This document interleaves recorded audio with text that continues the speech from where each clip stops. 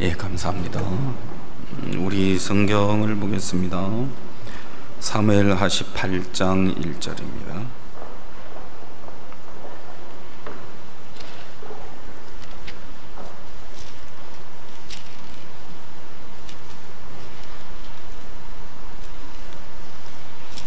사무엘하시 8장 1절부터 제가 읽겠습니다.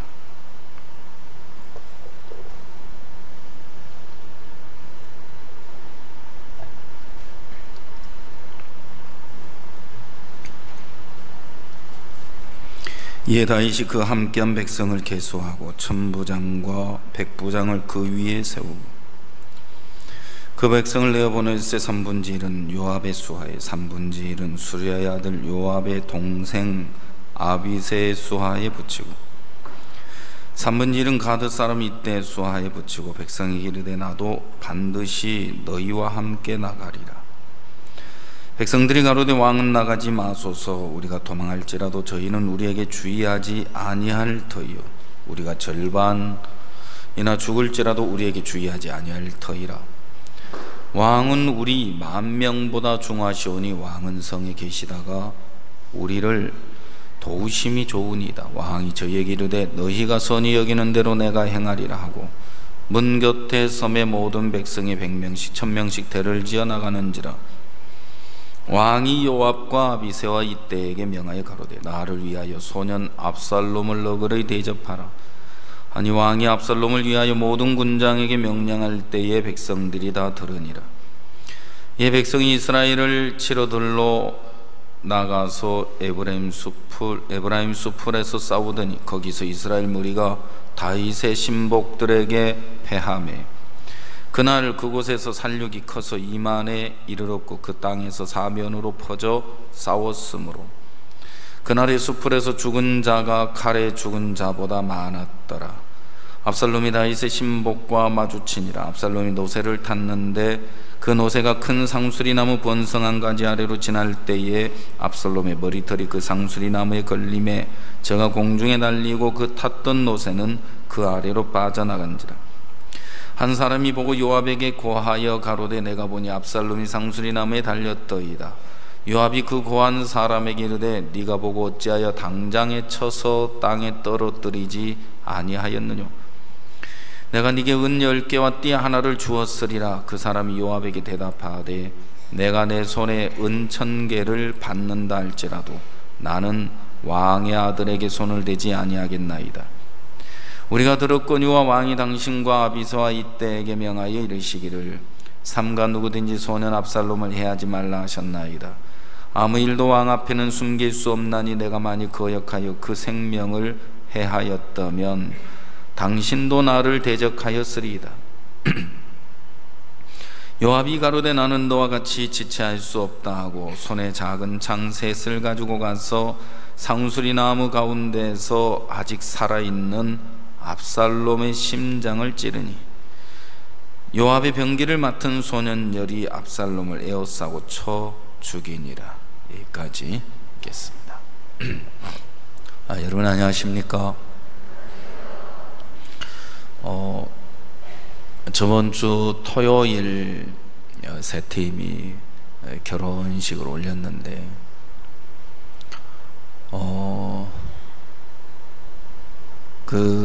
저희들 교회에서 세 자매가 이제 시집을 가게 된 거죠. 세 가정 다 공통점이 하나 있어요. 며느리를 보고 모두들 반해서 교회를 안 나오던 부모님들이 다 교회를 나온다는 특징이에요. 그래서 이렇게 우리 자매들이 시집 가자마자 큰 효도를 이렇게 하는구나.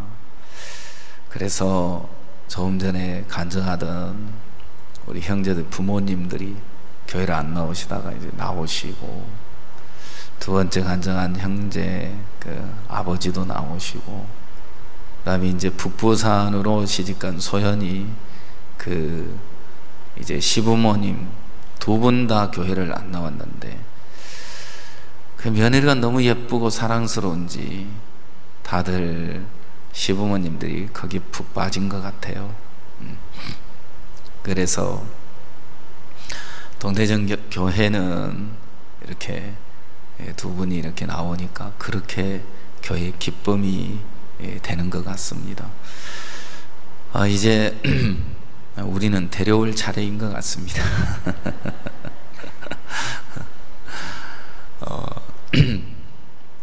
제가 성경을 이렇게 읽다 보면 하나님이 은혜를 베푸시고 또 하나님이라는 세계가 나타나는 걸 보죠. 그래서 우리가 구원도 은혜로 받은 것처럼 신앙도 은혜로 하는 거다. 은혜를 입으면 안 되는 게 없고 은혜를 입으면 뭐든지 다 되는 거죠. 그러나 하나님의 은혜가 떠나면 아무것도 아닌 거죠.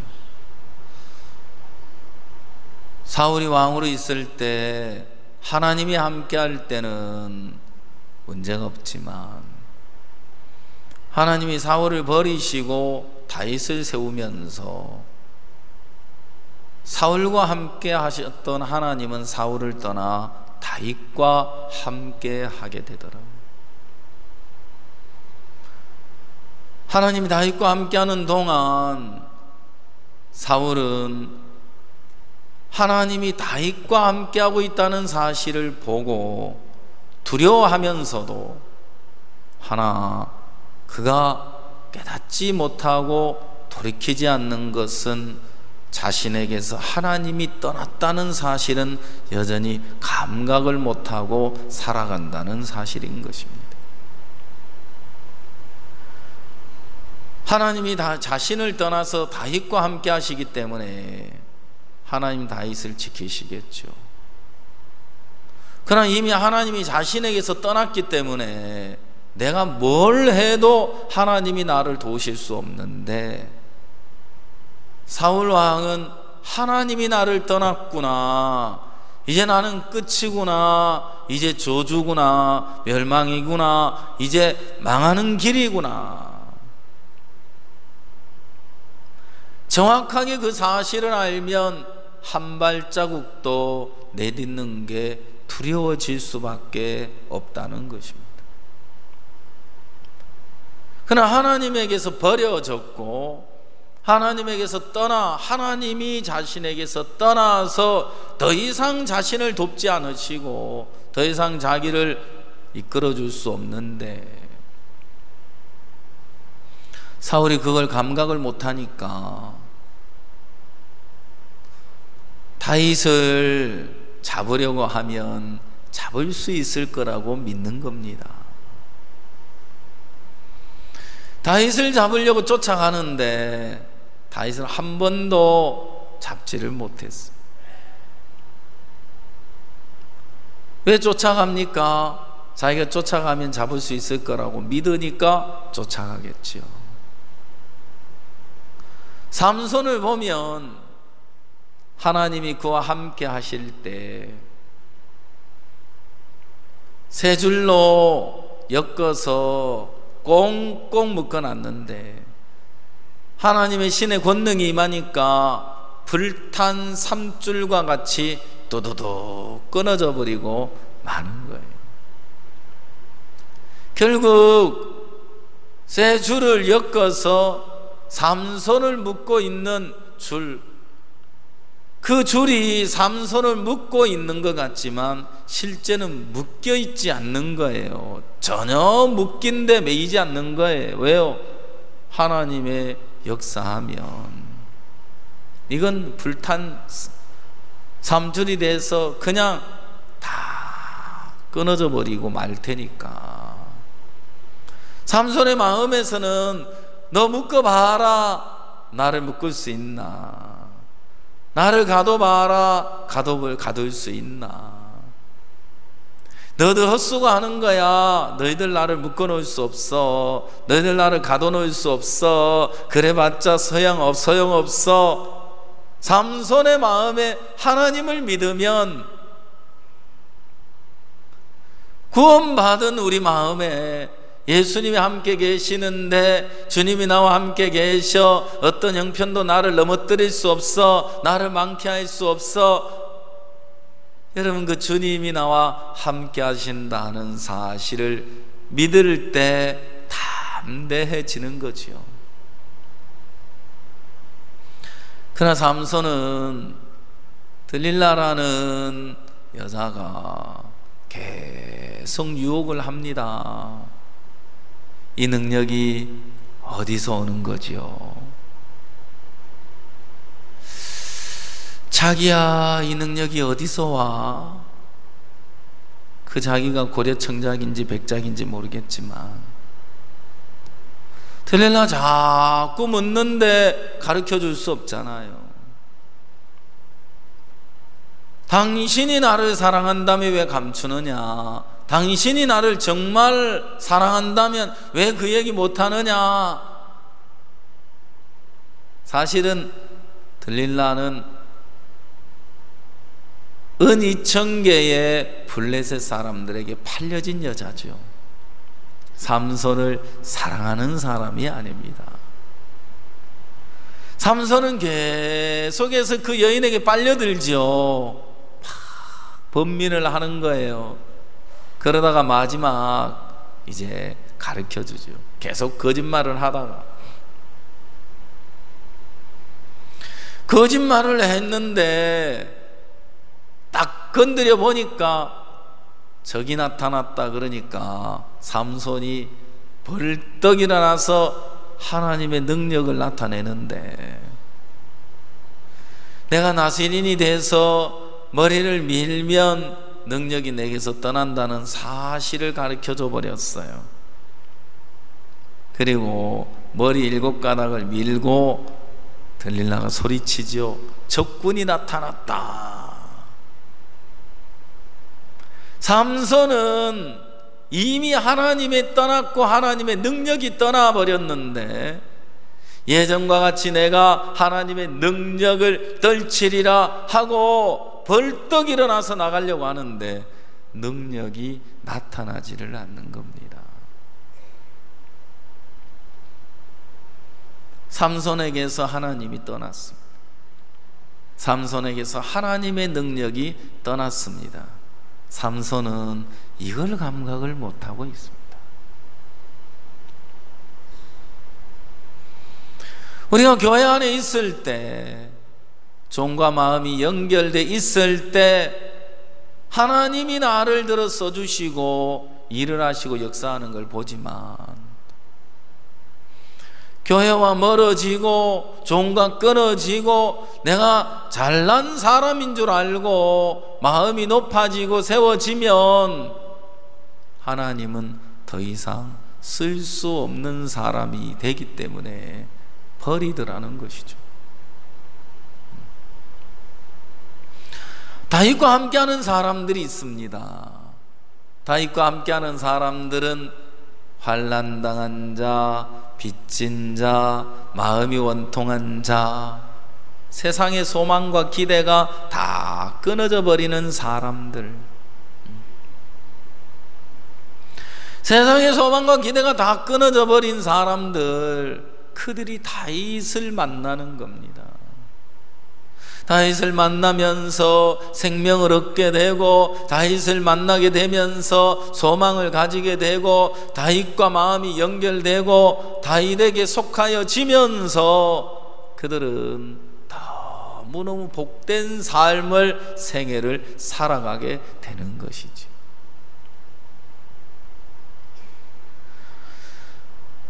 하나님이 떠나버린 사울은 힘있는 자, 용맹한 자, 장수들을 눈에 띄는 대로 다 끌어모았는데 전쟁을 할 때 다 떠나가고 패하고 마는 겁니다.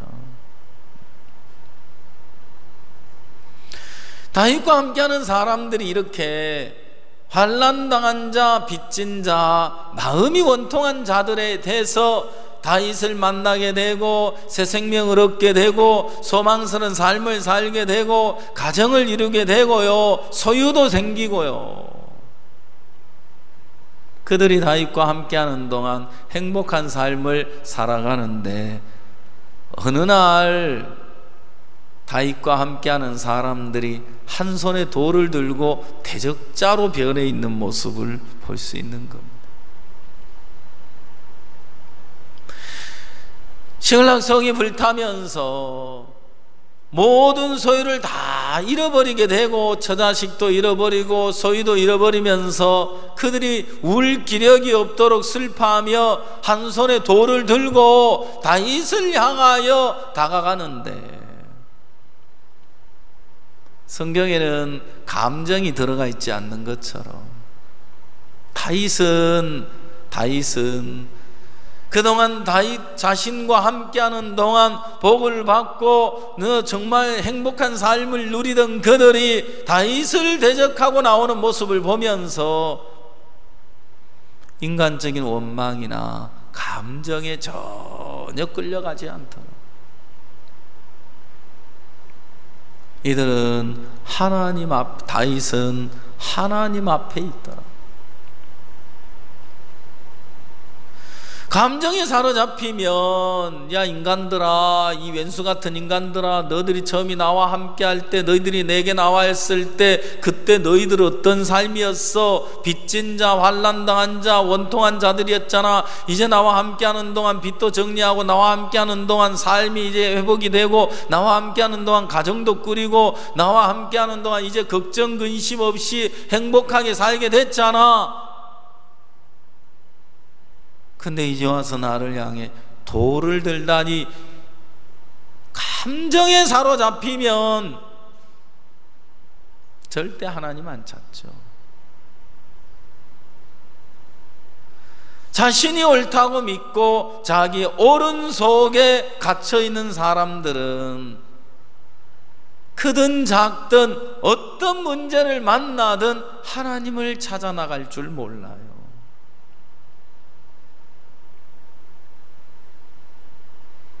그런데 하나님이 함께하는 다윗은 인간적인 섭섭함이나 감정에 끌려가지 않고 하나님께 나가서 하나님을 힘입고 용기를 얻게 되면서 극복해 나가고 이겨나가더라는 거예요.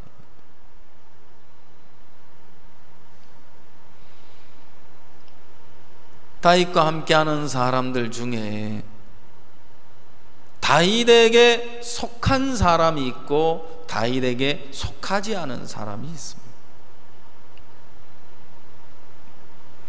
그 중에 다윗의 오른팔이 돼서 군대 장관이 돼서 다윗을 섬기고 다윗을 따르고 다윗과 함께하면서 그림자처럼 다윗을 위하며 살아가는 군대 장관 요압이라는 사람이 있는데, 그 요압은 수리아의 아들들 고모의 아들이란 말입니다. 고종 사촌이죠. 그 요압이 군대 장관이 돼서 다윗이 이제 나이 들어가지고 이불을 덮어도 따뜻하지 않을 곧 이제 죽음 앞에 이르렀을 때까지 쭉 요압이 다윗을 따라서 함께 왔는데, 마지막 이제 다윗이 운명을 다 됐다 싶으니까 요압이 끝까지 다윗에게 속해서 다윗을 지키며 다윗 곁을 떠나지 않고 다윗과 함께하며 하나님의 뜻을 기다리는 사람이 아니고 자신의 욕망이나 자신의 감정을 쫓아서 육신의 생각을 쫓아가는 사람인 것이 성경에 드러나고 있습니다.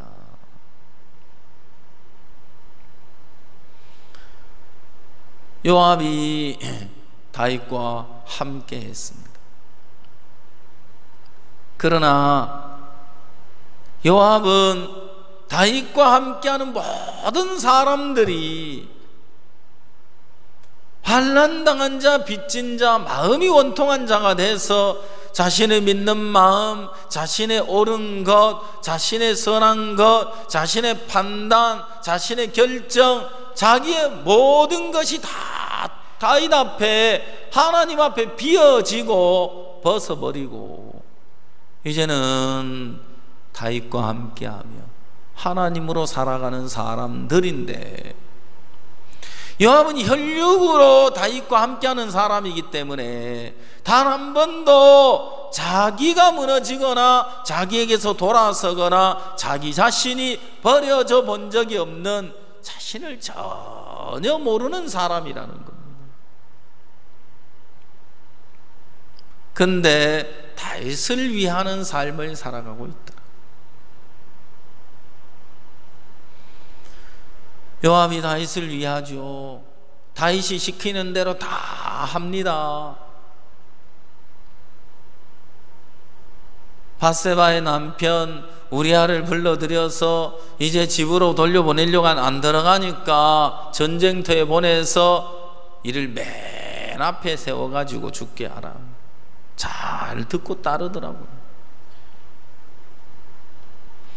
어느 날 전쟁터에 가서 전쟁을 하고요, 전쟁을 하고 승리를 하고 났는데, 이 공로 내가 취할 수 없으니 왕이여 올라와서 이 공로를 취하십시오.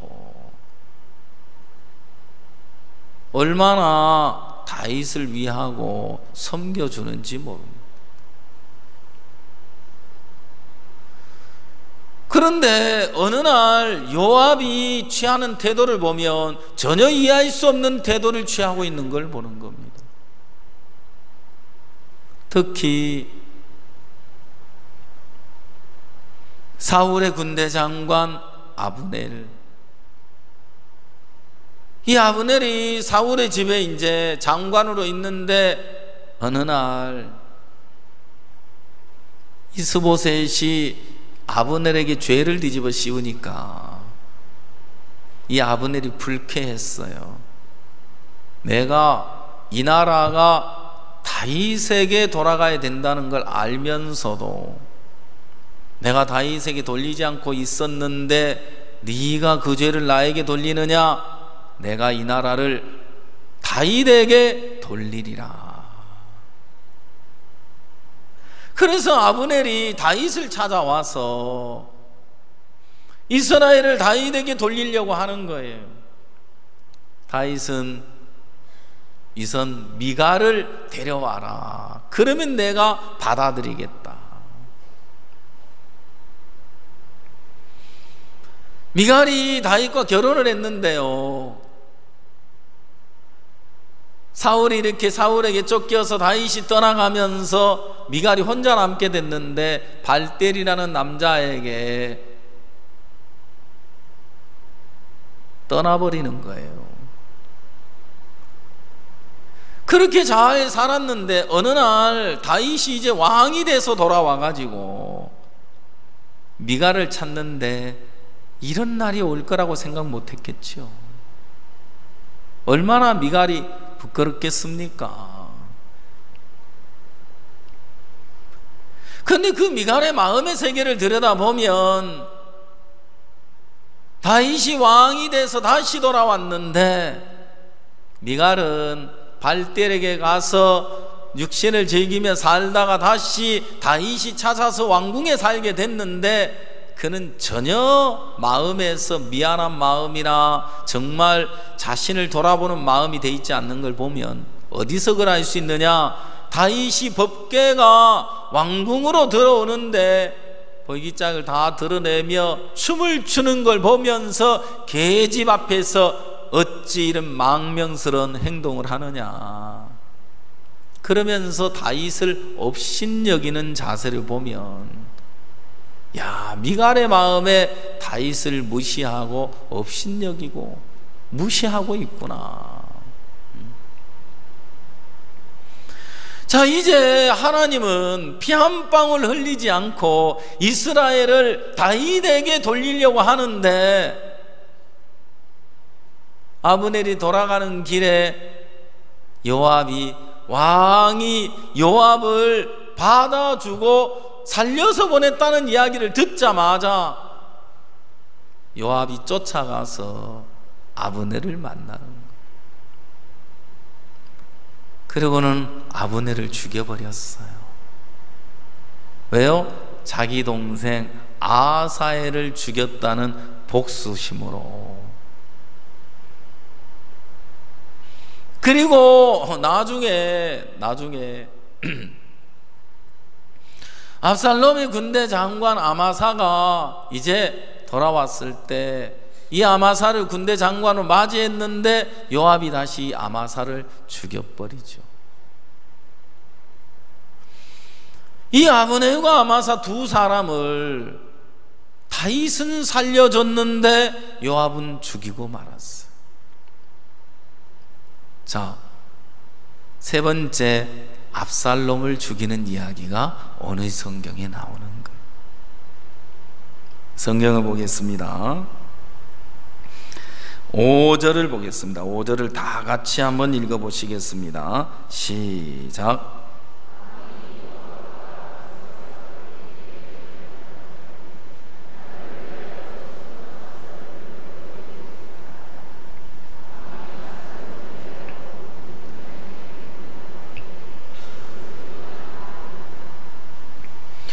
여기에 뭐라고 이야기되어 있느냐면 왕이 요압과 아비새와 이때에게 명하여 가로되 나를 위하여 소년 압살롬을 너그러이 대접하라 하니.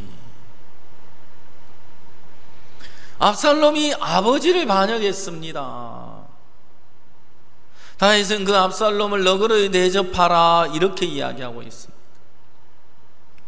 그런데 이 압살롬이 전쟁터에 나와서 나귀를 타고 가다가 압살롬은 머리가 굉장히 길고 그 머리 긴 게 자기 영광으로 생각하고 산 것 같아요. 전쟁터에 나오는데 그 긴 머리를 철렁철렁 하면서 다녔던 것 같아요. 나귀를 타고 달리니까 긴 머리가 날리잖아요. 상수리나무 가지에 턱 걸려가지고 매달려 있는 걸 한 병사가 봤어요. 그리고 요압에게 그 소식을 알렸어요. 압살롬이 나무가지에 매달려 있습니다. 그래? 당장 죽이지 않고 살려두었느냐? 네가 만약 압살롬을 죽였다면 내가 너에게 은 몇 개를 10개를 주고 허리띠를 주고 내게 선물을 주었을 텐데. 여러분, 이 병사가 뭐라고 이야기하는지 알아요? 우리가 당신에게 왕이 명하는 이야기를 들었습니다. 내 아들 압살롬을 너그러이 대접하라. 당신이 내게 은 1000개를 준다 할지라도 저는 그렇게 할 수 없습니다.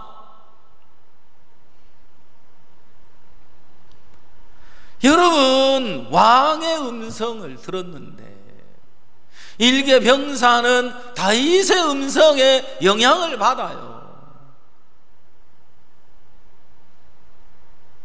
하나님의 말씀을 들을 때 어떤 사람은 말씀에 반응하고 어떤 사람은 그 말씀에 영향을 받는 사람이 있는가 하면 어떤 사람은 전혀 그 말씀에 반응하지 아니하고 영향을 받지 아니하고 자기 속에 올라오는 생각을 따라 사는 사람들을 보죠.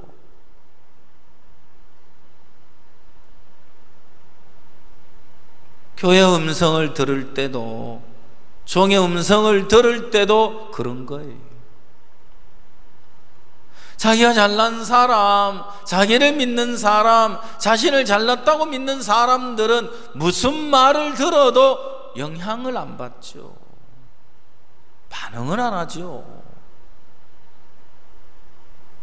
목사님이 저들 사역자들 교제해 주시면서 전 세계 대통령을 만나고 마인드 교육의 길이 열리고 하는데 거기에 보낼 만한 사람이 없다. 사역자가 이렇게 많은데 내 말을 들으면 사람들이 살더라. 근데 아무도 안 듣더라.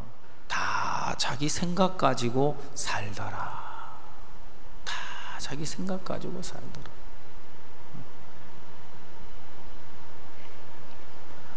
요압이 저 병사는 장구들에게, 장수들에게 내 아들 압살롬을 너그러이 대접하라 했는데 그 말을 들었는데 전혀 신청하지 않고 난 너와 달라.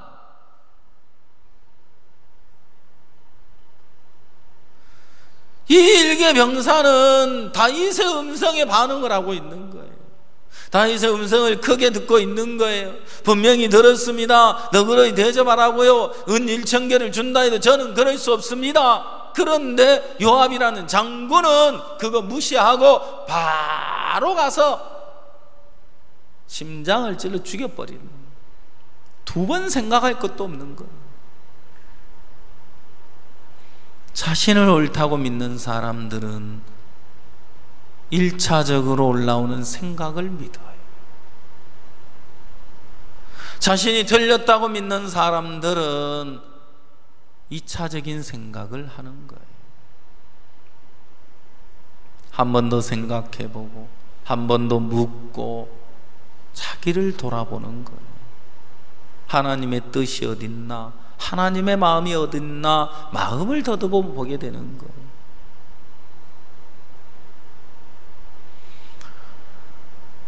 압살롬이 죽었다는 소식을 듣고 다윗이 막 슬퍼하는 거예요.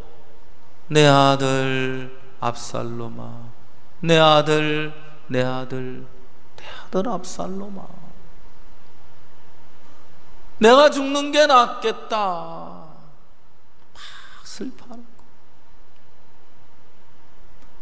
다윗은 뭘 기대하고 있었는지 아십니까?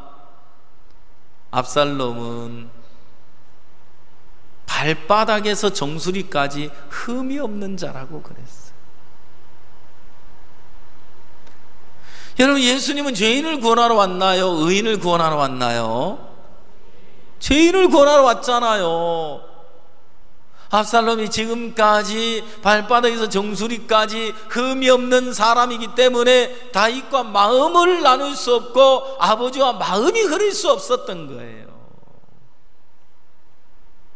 누가 마음을 나눌 수 있게 됩니까? 흠 있는 자가, 틀린 자가, 죄인이, 실패한 자가 다윗과 마음이 흐르게 되는 것이고 아버지와 마음이 만나게 되는 것이고 주님과 마음이 흐르게 되는 거예요. 어떤 선교사님이 선교를 나가 실패를 했어요. 전에 있던 성도들까지 다 쫓아내고 혼자 덩그러니 남게 된 거예요. 목사님께 전화가 왔어요. 목사님, 있던 사람도 다 쫓아내고 저희 가정만 남았습니다. 제가 선교 실패를 했습니다. 그래, 들어오게 해. 전화를 끊고 저희들하고 목사님 이야기하시고 웃으시면서, 야, 이 사람 들어오면 이제 대화 좀 되겠다. 대화 좀 되겠다. 목사님 뭐라고 이야기하시냐면, 내가 선교 잘하라고 보낸 줄 알아? 망하라고 보냈지. 내가 망해야 주님이 일하시니까요. 아멘. 예. 내가 살아있는 동안 주님 일할 수 없잖아요. 광주에 갔는데, 사역자 모임을 갔는데 어떤 주책이 없는 목사님 한 분이 있어요. 예, 좀 주책 없이 나서기를 좋아하는 그런 목사님 있잖아요. 사람 있잖아요. 이분은 시도 때도 없이 막 끼어들어요. 자꾸요. 여기가 길 자리인지 아닌지도 모르고 자꾸 끼어들어서 뭔가 이 교제의 흐름을 자꾸 끊어요. 약간 주책인 분이 있어요. 이름은 말 안 할게요. 근데 이번에 갔는데 이분이 자꾸 입을 여는데 좋더라고. 강남에 교제를 하러 갔는데 이렇게 여러 목사님들 앉아서 교제를 하는데 목사님이 이렇게 말씀을 쭉 전해주시면서 교제를 이끌어 가는데 내가 뭐라고 했어요? 이 목사님? 주책이라고. 좀 가만히 앉아서 들으면 될 걸. 목사님 잠깐만요. 목사님 지금 이렇게 이야기하셨잖아요. 제가 좀 질문할 게 있는데 하면서 이제 주책이 없이 툭툭 튀어나오는 거예요.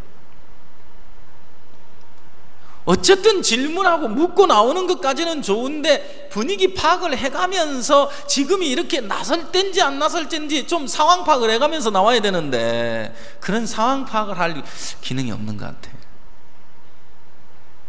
근데 이분이 자꾸 끼어들어서 교제를 자꾸 끊으니까, 흐름을 끊으니까 목사님이 넌 좀 빠져라. 넌 좀 빠져라. 자네는 좀 빠져. 알았어? 자네는 좀 빠져.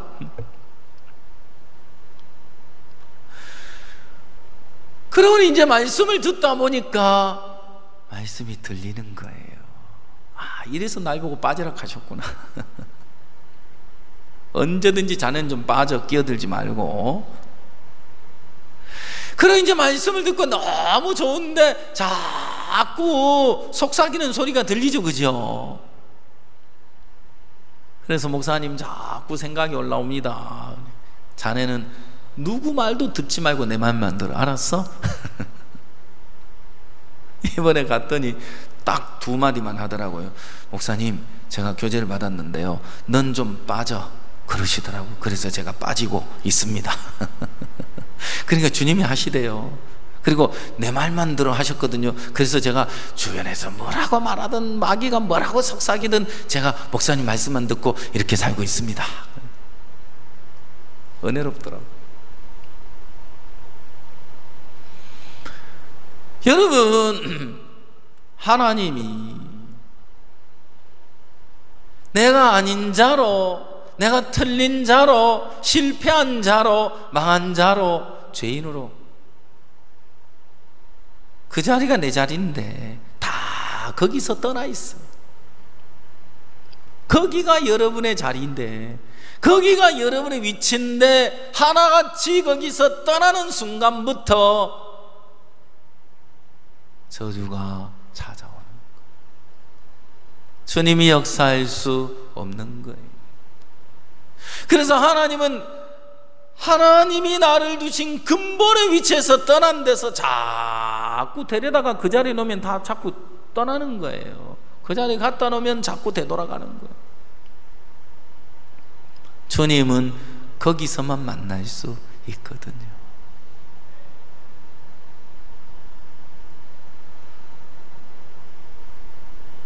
제가 사역을 못하고 있을 때 목사님을 한번 찾아뵀습니다. 목사님, 제가 길이 없습니다. 목사님 반응은 너무 냉랭하시더라고요. 너무 차가우시더라고요. 그래, 길이 없으면 이제부터 주님이 하실 거야. 난 주님이 쓰는 사람만 써. 주님이 안 쓰는 사람은 안 써. 그래, 가보게. 가서 살아보게. 그래서 주님이 자네를 통해 일하신 소식 들리면 내가 부를게 하고 가보라 하네요. 근데 그 소리 들으니까 이렇게 되면 안 되는데, 길이 없다 그러면 저를 받아주실 줄 알았더니 길이 없다 하니까 더 내치시더라고요. 저는 좀 약간 순종형이라 가지고요, 무슨 말을 하시면 알았습니다, 반문이 없어요. 그냥 가요. 근데 그날은 좀 오기를 부리고 싶더라고요. 내가 이대로 가면 안 되겠다는 싶은 생각이 들어가지고. 근데요, 목사님, 제가 다 해봤어요. 금식도 해보고 절야도 해보고 부르짖어도 보고 나름대로 깨닫기도 해보고 다 해봤는데 안 됩니다. 그랬더니 막 벌떡 일어나시면서 자네, 자네가 하니까 그렇지, 자네가 하니까 안 되지, 하나님이 하시면 왜 안 돼? 그러시고는 나가시더라고요. 그래서 이제 오전 집회가 시작이 됐는데 말씀을 듣고 있는데 중반전이 넘어갔는데 그때 또 제가 생각났나 봐요.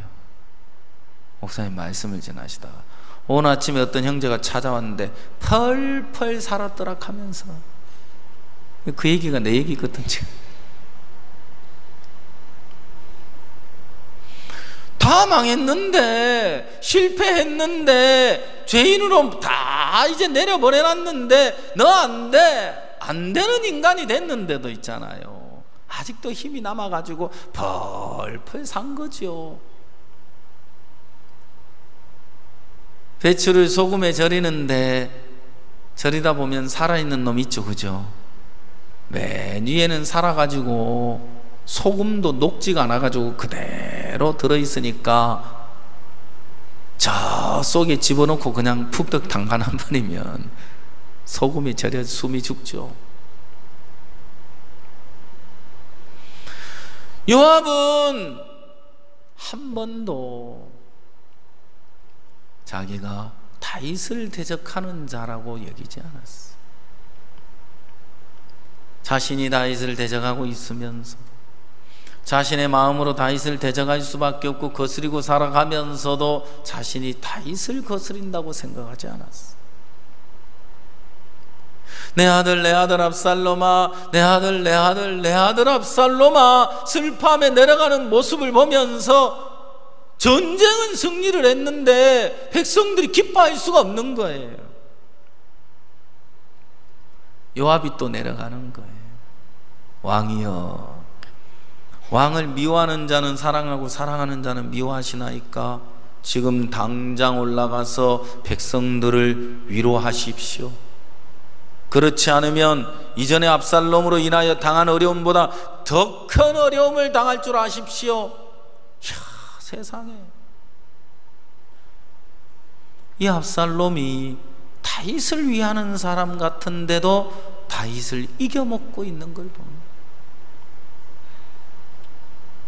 내가 왕이 되었어도 수리아의 아들들을 제어할 수 없노라 그러면서 다윗이 감당이 안 되는 거예요. 수리아의 아들들이요. 여러분 생각을 한번 해보자고요. 다윗은 어찌하여 아브넬을 살려주었을까? 다윗의 마음은 어디에 있을까? 다윗은 어떤 마음으로 감히 아브넬 원수를 사랑해 줄까? 받아줄까? 용납해 줄까? 무유보셋 원수의 자손, 어떻게 절뚝발이가 왕궁의 안에 예루살렘 성 안에 거할 수 없는데 저 절뚝발이 무비보셋을 왕자의 상에서 왕자 중에 하나처럼 먹게 하고 있을까? 이유가 뭘까 도대체?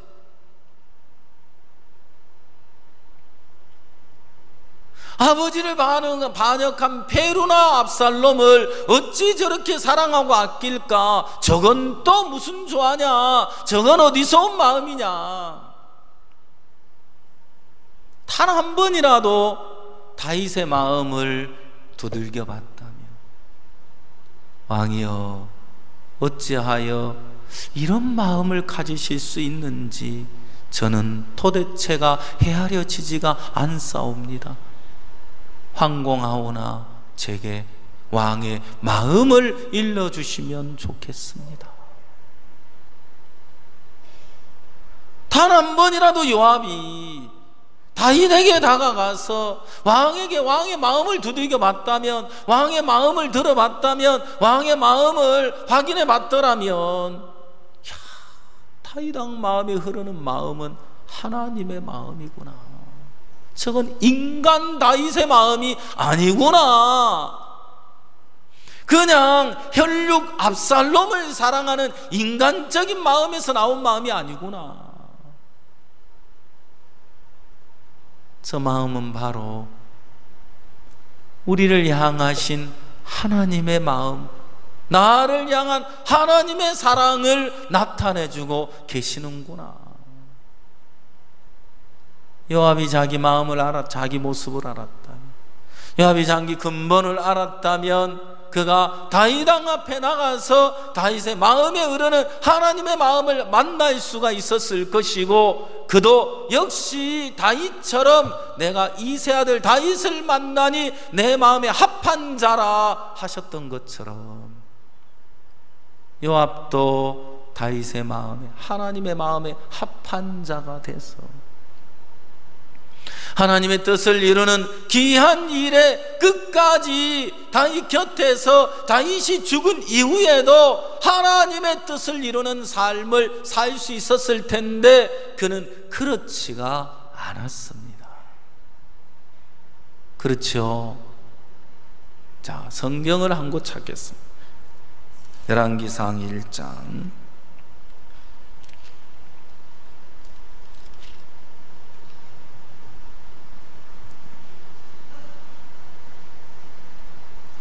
열왕기상 1장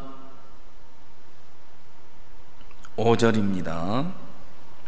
때야 핫깃의 아들 아도니아가 스스로 높여서 이르기를 내가 왕이 되리라 하고 자기를 위하여 병거와 기병과 전배 50인을 예비하니 저는 압살롬의 다음에 난 자요 체형이 심히 준수한 자라. 그 부친이 네가 어찌하여 그리하였느냐 하는 말로 한 번도 저를 섭섭하게 한 일이 없었더라. 아도니아가 수리아의 아들 요압과 제사장 아비아달과 모이아니 저희가 쫓아 도우나 제사장 사독과 요야다의 아들 분하야와 선지자 나단과 시므이와 레이와 다윗에게 속한 용사들은 아도니아와 같이 하지 아니하였더라. 여러분, 다윗의 말로에 이제 다윗이 곧 죽는구나, 죽겠구나. 그래서 아도니아가 반역을 해서 그 아도니아는 압살롬 다음에 난 자라 했습니다.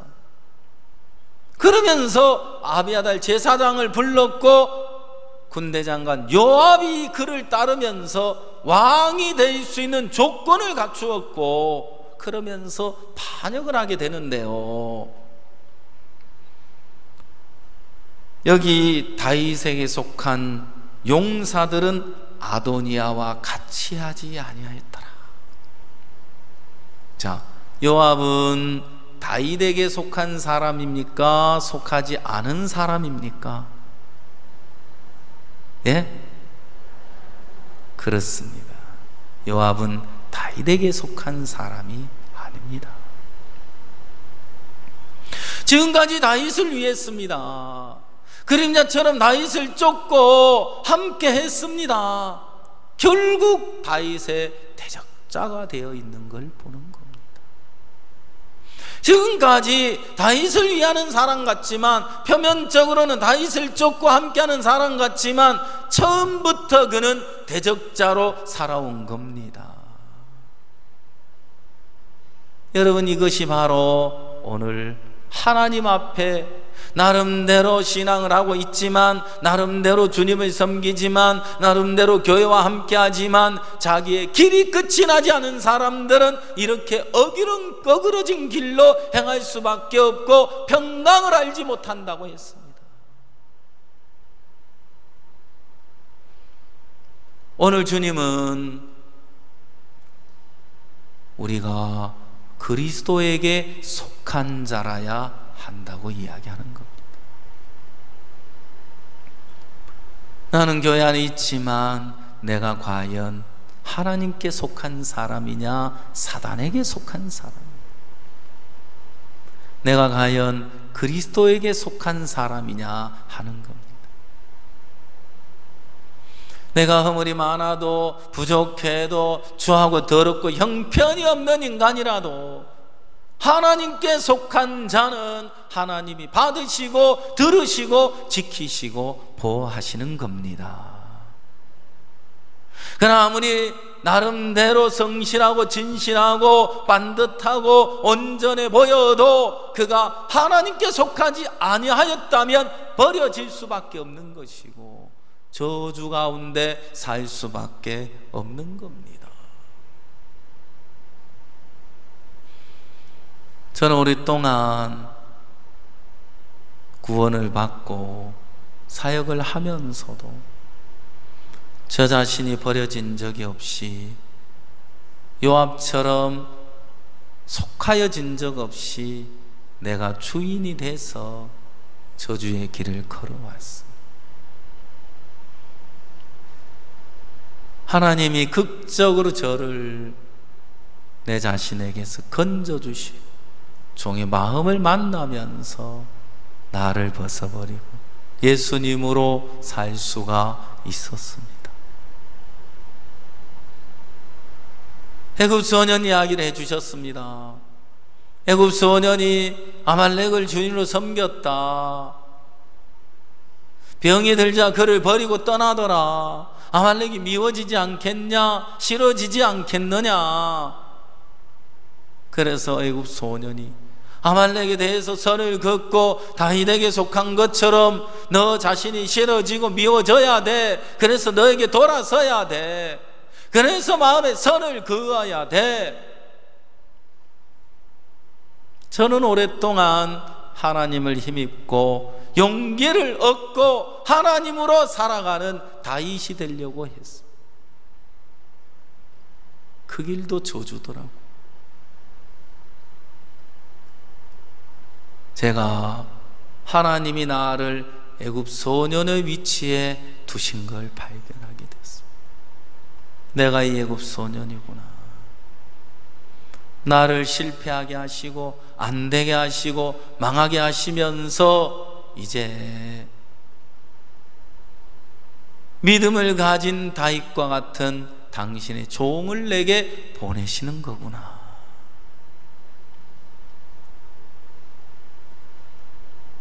애굽 소년은 다윗을 만나면서 생명을 얻게 되고 병을 낫게 되고 배불리게 되고 다윗에게 속하게 되면서 아말렉을 진멸하는 삶이 되어지는 거죠. 하나님이 나를 벗어버리고 이제는 주님에게 속하여서 종에게 속한 자가 돼서 나를 위한 삶을 끝내고 복음으로 주님으로 사는 이 복된 삶을 하나님께서 제게도 주시더라는 것이죠. 우리 이사야 59장을 찾아보겠습니다.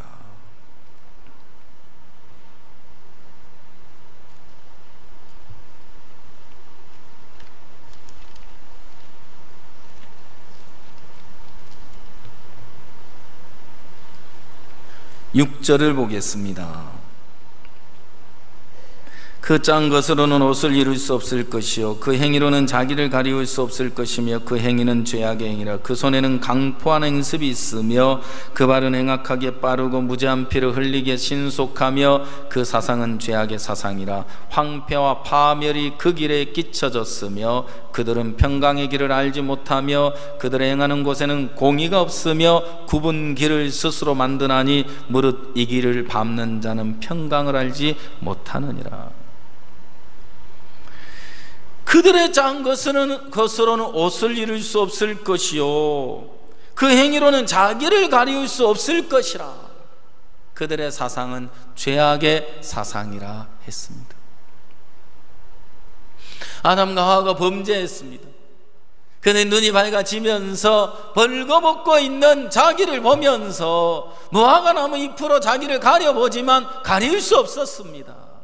벗어날 수 없었습니다. 인간의 의로운 것이, 인간의 선한 그것이, 인간의 진실한 그것이 자신의 추하고 형편없는 모습을 가려줄 수 없단 말입니다. 인간에게서 나오는 모든 건 다 무익하다는 겁니다. 그래서 하나님은 예수 그리스도를 우리에게 보내신 것입니다. 신앙은 우리로서는 할 수 없기 때문에 하나님이 해주셔야 합니다. 신앙은 내가 안 되기 때문에 주님이 오셨다는 사실인 것입니다. 많은 사람들이 요압의 길을 걸어왔습니다. 구원을 받았으면서도 여전히 요압의 길을 걸어가고 있습니다. 그러나 정확하게 마음을 짚어 들어가 보면 요압은 단 한 번도 회개된 적이 없고 자기의 근본을 발견한 적이 없고 돌아선 적이 없는 처음부터 다윗과 상관없는 길을 걸어온 사람이라는 사실입니다. 하나님은 요압의 길을 끝내기를 원하시는 것입니다. 요압은 행위적인 사람입니다. 요압은 율법적인 사람. 그래서 인간적인 선한 생각에 취해서 사는 사람이기 때문에 조금도 허물을 용납할 수 없고 자기 기준에 맞지 않으면 그대로 가차없이 죽여버리고 마는 것을.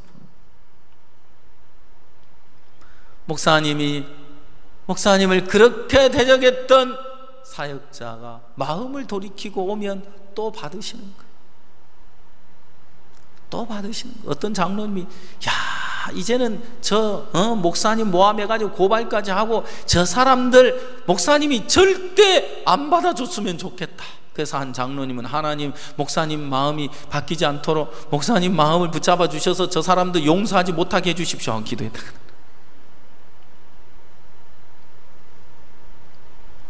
목사님 뭐라고 하시느냐면 성경에 보니까 누구든지 돌이키면 예수님이 받으시더라. 그래서 나도 어제까지 어떤 죄악 속의 삶을 살았던지 간에 그가 하나님 앞에 돌이킨다면 나도 받을 거다. 그게 주님의 마음이니까. 아멘.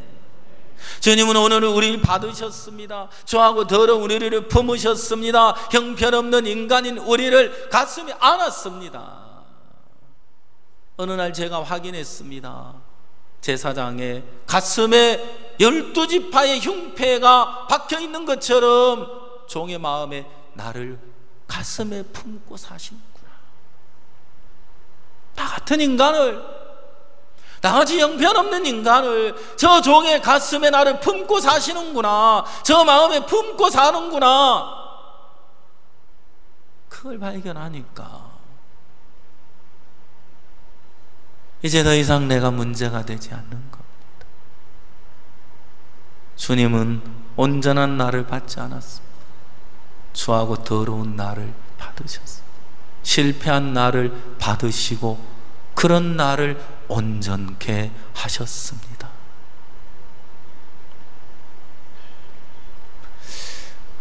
마칠 때가 됐는데 아멘도 안 하네. 성경을 보겠습니다. 우리 히브리서 10장을 보겠습니다.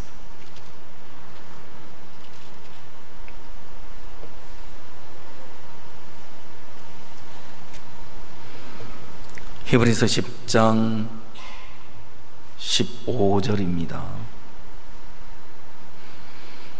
또한 성령이 우리에게 증거하시되 주께서 가라사대 그날 후로는 저희와 세울 언약이 이것이라 하시고 내 법을 저희 마음에 두고 저희 생각에 기록하리라 하신 후에 또 저희 죄와 저희 불법을 내가 다시 기억지 아니하리라 하셨으니 이것을 사하셨은즉 다시 죄를 위해 제사 드릴 것이 없느니라. 성령이 우리에게 증거하고 계십니다. 아멘. 그날 이후로 우리와 세울 언약, 그날이 언제입니까? 예수님이 십자가에 죽으신 이후로 우리와 세울 새 언약이 있습니다. 하나님은 우리에게 새 언약을 주셨습니다. 율법은 파하여지고 새 언약을 주셨습니다. 너희 죄와 너희 불법을 내가 다시는 기억지 아니하리라는 새 언약을 주신 것입니다. 그리고 이제 19절을 다 같이 한번 읽어보겠습니다. 시작.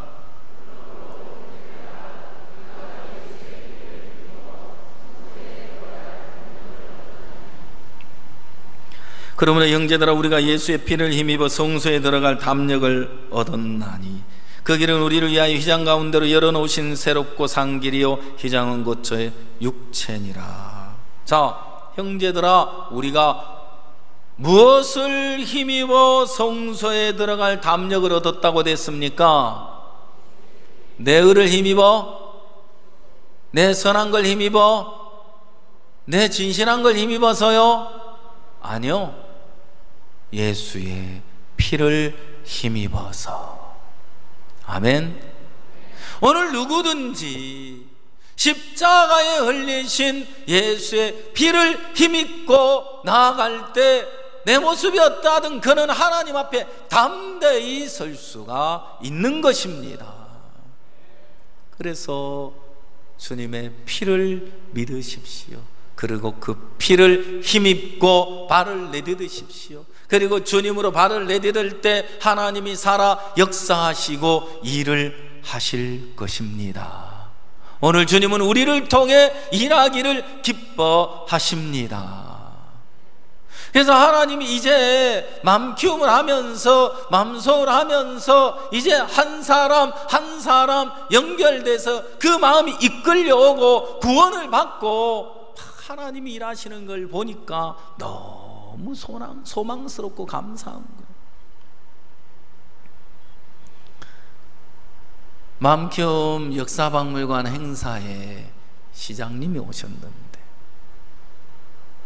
찾아가서 우리 부모교육하게 도와주세요 했더니 총무과 계장을 만나게 해줘서 시청 대강당이 700석인데 전 직원을 대상으로 매월 초에 교육하는 시간이 있는데 그 1시간 20분을 주겠다 그랬대요. 하겠느냐고 물어도 할 수 있다 검토해서 연락을 주겠다 그랬는데요. 며칠 전 시청에서 연락이 왔어요. 7월 13일 교육을 해달라고. 야, 이런 요청이 들어온 거면 꿈만 같은 거예요. 그래 안 그래요?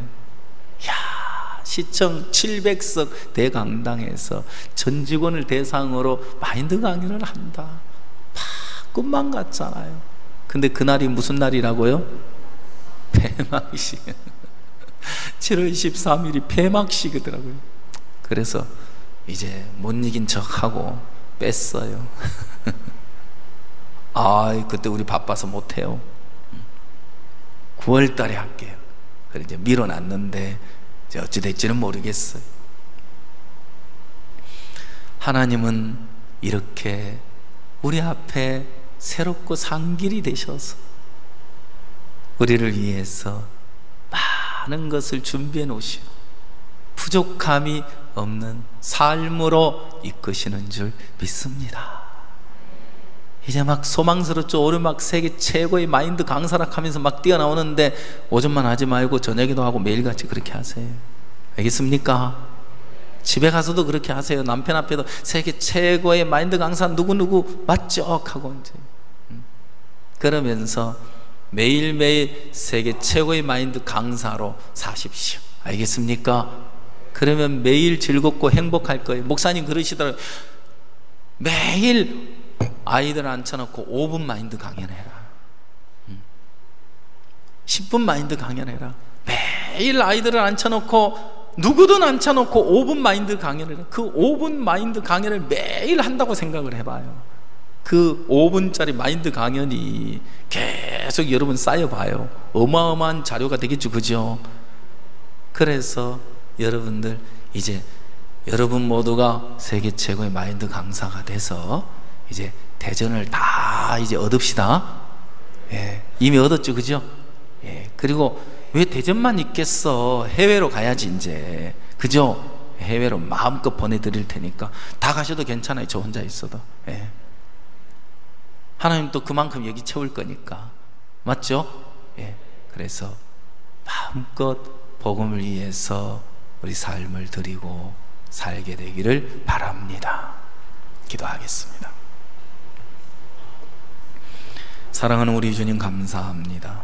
하나님께서 오늘도